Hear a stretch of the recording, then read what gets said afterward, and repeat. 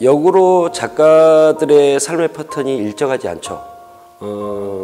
소외받지 않는 사람들의 어떤 삶의 패턴은 굉장히 일정해요.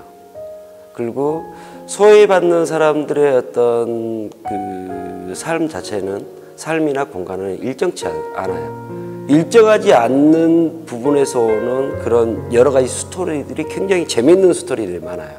우리가 예상치 못했던 사건들이나 그리고 사건들, 그런 것들이 상당히 재미있는 스토리나 어떤 이야기를 끄집어낼 수 있는 그런 이야기거리들이 많은 거죠. 텍스트는 특히나 그 전달력이 상당히 강한 매체이거든요. 그 지시어가 확실하기 때문에 그런 어떤 확실한 어떤 부분을 계속 좋아했던 것 같고, 특히나 이제 제가 그리고 어렸을 때 굉장히 글에 대한 이해도가 굉장히 떨어졌었고, 그거에 대해서 오는 어떤 컴플렉스가 굉장히 심했었어요. 대학을 졸업을 하면서 어떤 개념 미술에 대해서 좀 빠져 있는 시간이 있었어요.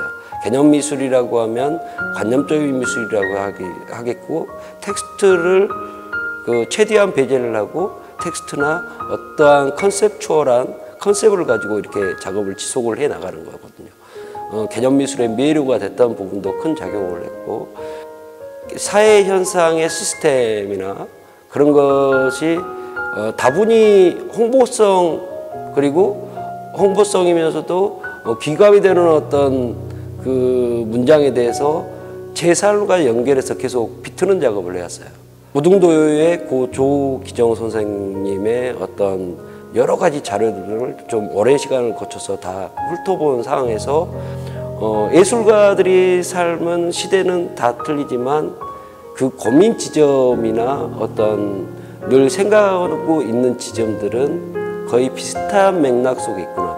이해 범주에 있을 수 있는 그런 그 텍스트로 해서 4개를 선정을 해서 아예 이 공간에 구성되어 있는 작품의 텍스트로 제목으로 이렇게 활용을 하게 된 거죠. 작품을 한번 제작을 하고 나면, 제작해서 쓰고 나면, 전시를 하고 나오고 나면 20년, 10년 이상 방치가 되어 있어요.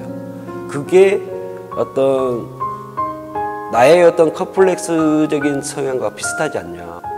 제작하고 난 다음에 끊임없이 뭔가 발현을 해야 되고, 그리고 이제 전시가 이루어져야 되고 판매가 된다든지 그런 부분이 있었어야 될 텐데, 팔리지 않은 것 역시도 저한테는 컴플렉스예요.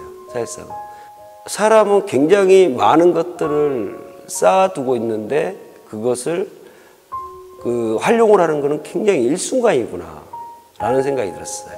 그 쓰임새가 잃어버린 그 물건의 본 모습과 나의 모습과 거의 비슷하다는 생각이 들었고, 긴장 속에 전시를 하고 진행을 하지만 항상 끝나고 나면 허무하는 그런 어떤 행위들을 텍스트 지시로 얘기를 하는 거죠.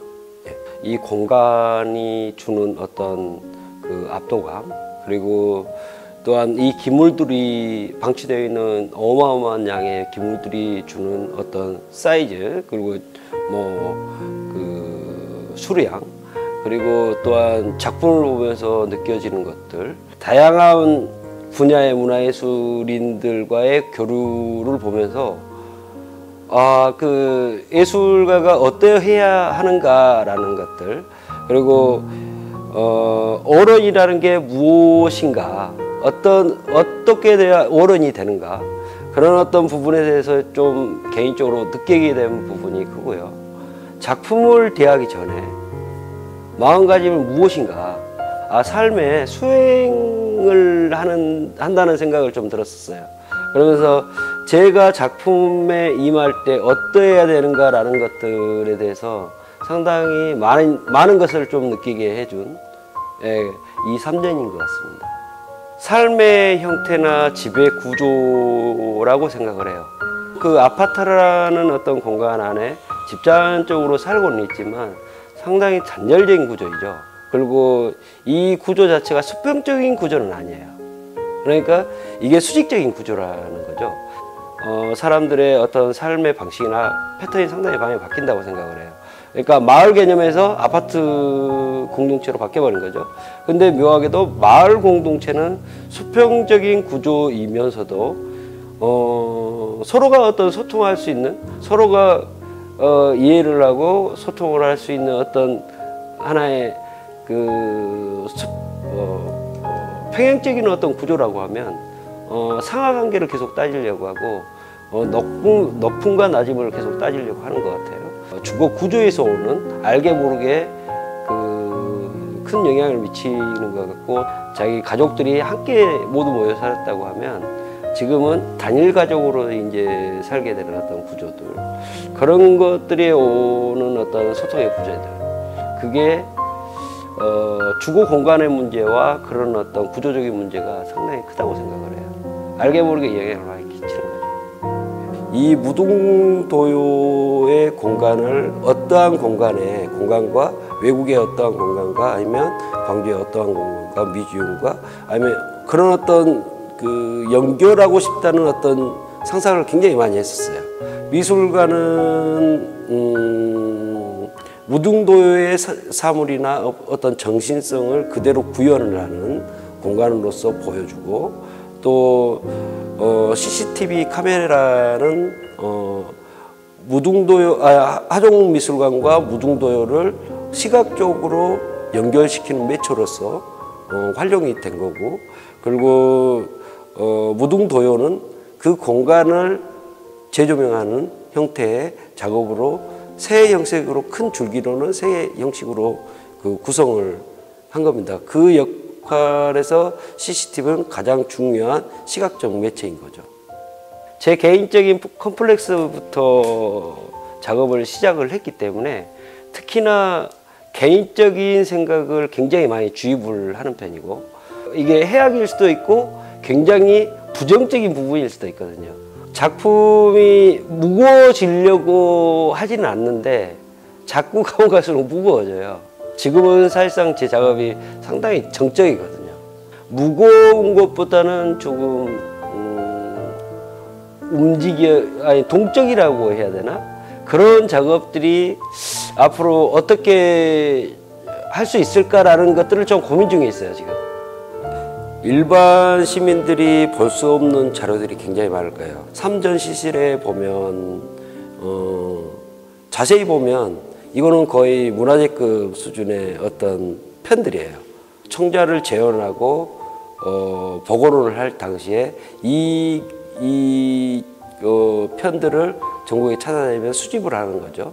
그래서 보면은 굉장히 오래된 토기부터 굉장히 많은 사료가 있는 그런 어떤 자료들이죠.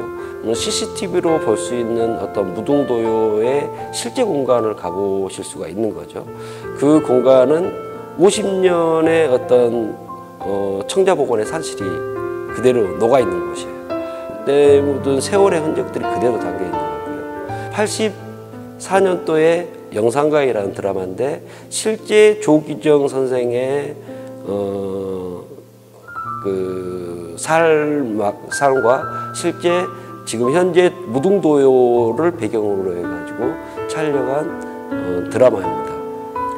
미술 외쪽의 공간들을 계속 찾아다니고 있어요. 그래서 아주 오래된 공간이랄지, 그리고 미술관과 다른 어떤 구조의 오래된 공간들에 계속 지속적으로 찾으면서 역사나 의미나 아니면 그 공간성을 재조명한 전시를 계속 해보고 싶어요. 그러면서도 이게 네트워크나 아니면 CCTV로 계속 연결 지점을 갖는, 그리고 개념적으로 확장되고 시각적으로 넓히는 어떤 그런 어떤 전시를 지속적으로 해 나가고 싶습니다.